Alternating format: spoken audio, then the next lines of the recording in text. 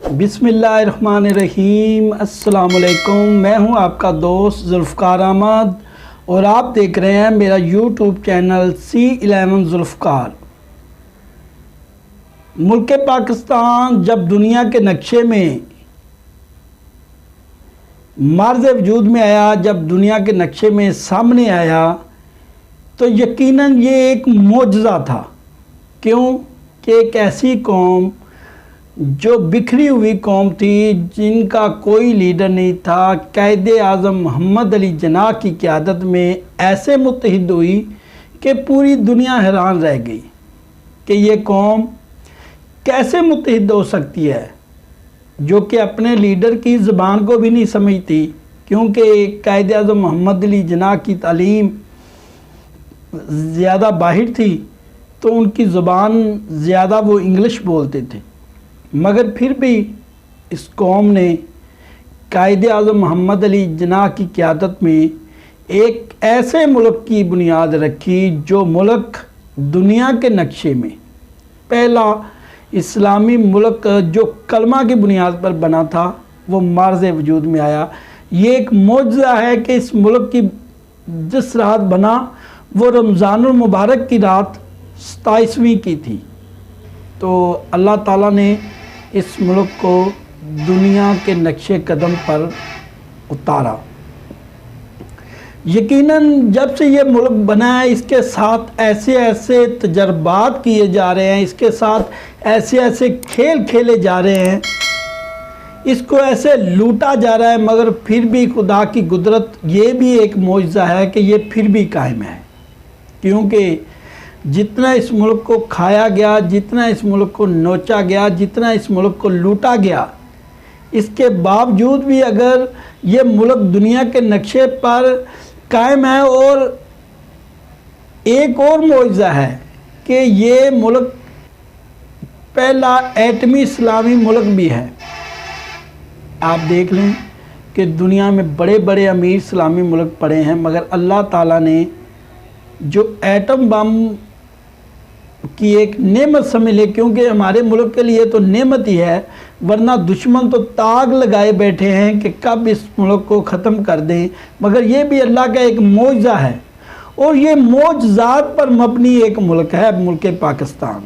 इस मुल्क में ऐसे ऐसे मोजज़े होते हैं कि दुनिया हैरान हो जाती है। ये जो 8-10 मोजज़े लोग समझते हैं अजूबे, ये अजूबे नहीं है, असल अजूबे तो इस मुल्क में होते हैं।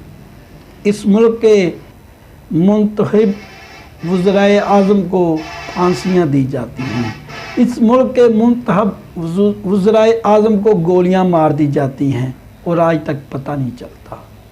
इस मुल्क के मुंतखब वज़राए आज़म को जब दिल करता है वज़ारत उज़्मा से उठाकर जेल में फेंक दिया जाता है। इस मुल्क के मुंतखब वज़राए आज़म को जब दिल करता है उठाकर बाहर फेंक दिया जाता है।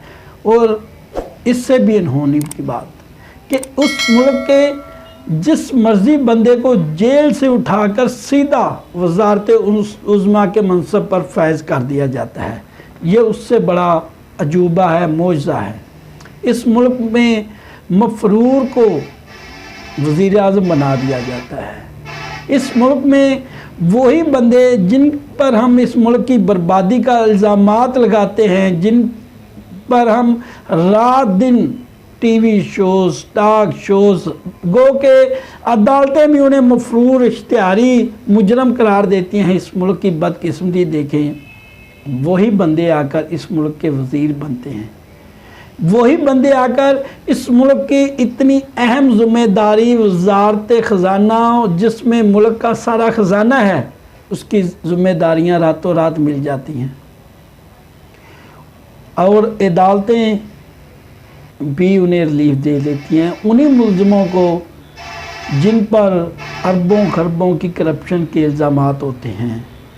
वही नैब, वही इदारे जो इनको मुल्ज़म ठहराते हैं, वही इदारे कल इनको सलूट मार रहे होते हैं। ऐसा आपको पूरी दुनिया के किसी मुल्क में नज़र नहीं आएगा। पूरी दुनिया की ऐसी अवाम भी आपको किसी मुल्क में नज़र नहीं आएगी जो मुल्क को लूटने वाले हैं उनके ही नारे लगा रही होती हैं। یہ صرف معجزات آپ کو پاکستان میں نظر آئیں گے، کیوں کہ یہ ملک بھی ایک معجزہ ہے، یہ ملک بھی ایک عجوبہ ہے، اور اس طرح کے عجوبے پوری دنیا میں آپ کو کہیں نظر نہیں آئیں گے۔ ایسے عجوبے صرف اور صرف پاکستان کے مقدر میں ہی لکھے جا چکے ہیں۔ اللہ تعالیٰ نے اس ملک کو کسی اور کام کے لیے بنایا ہے، مگر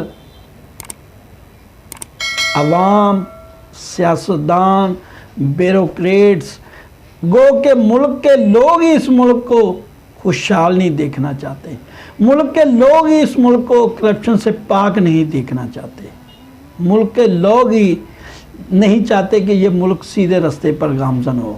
کیوں کہ جب الیکشن آتا ہے تو ہم نے کبھی بھی شریف بندے کو، جو کام کرنے والا بندہ ہے، اس کو ووٹ ہی نہیں دیتے۔ کیوں؟ ہم پہلے ہی سوچ رکھتے ہیں کہ کل کو اگر تھانے میں، عدالت کچہری میں ہمارا کام پڑ گیا تو یہ شریف بندہ ہمیں کام کیا لے کر دے گا۔ پہلے ہی ہمارے ذہن میں گندی سوچ شامل رہتی ہے۔ کبھی بھی ہم نے اس ملک کے لیے یہ نہیں سوچا کہ فلاں بندہ اس ملک کا وفادار ہے، فلاں بندہ اس ملک کی بہتری کے لیے کام کر سکتا ہے۔ ایسا ہم نے کبھی نہیں سوچا کہ اس کو ووٹ دی جائے۔ یہ ملک عجوبات سے، یہ ملک معجزات سے بھرا پڑا ہے۔ اس ملک میں وہی شریف ہے جس کا کسی چیز پر ہاتھ نہیں پڑتا۔ اس ملک میں وہی شریف زادہ ہے، وہی سب کچھ ہے جس کا ہاتھ نہیں پڑتا۔ جس کا ایک چپراسی بھی اس ملک میں ہے، وہ بھی اپنے آپ کو اس ملک کے قانون سے بالا تر سمجھتا ہے۔ آپ حیران رہ جائیں گے کہ آپ دفتروں میں جائیں تو یقین کریں، بڑے افسر تو بڑے افسر آپ کو درجہ چہارم کا ملازم بھی اتنی حقارت سے دیکھتا ہے اور پکارتا ہے کہ آپ کی حیرت گم ہو جاتی ہے۔ وہ بھی اپنے آپ کو ایک چھوٹا سا فرعون اس وقت سمجھ رہا ہوتا ہے۔ اس ملک میں اتنے معجزات ہیں کہ دنیا کی تاریخ اٹھا لیں، کسی ملک کے پاس ایسے معجزے، ایسی چیزیں نہیں ہیں جو ہمارے ملک میں ہیں۔ السلام علیکم۔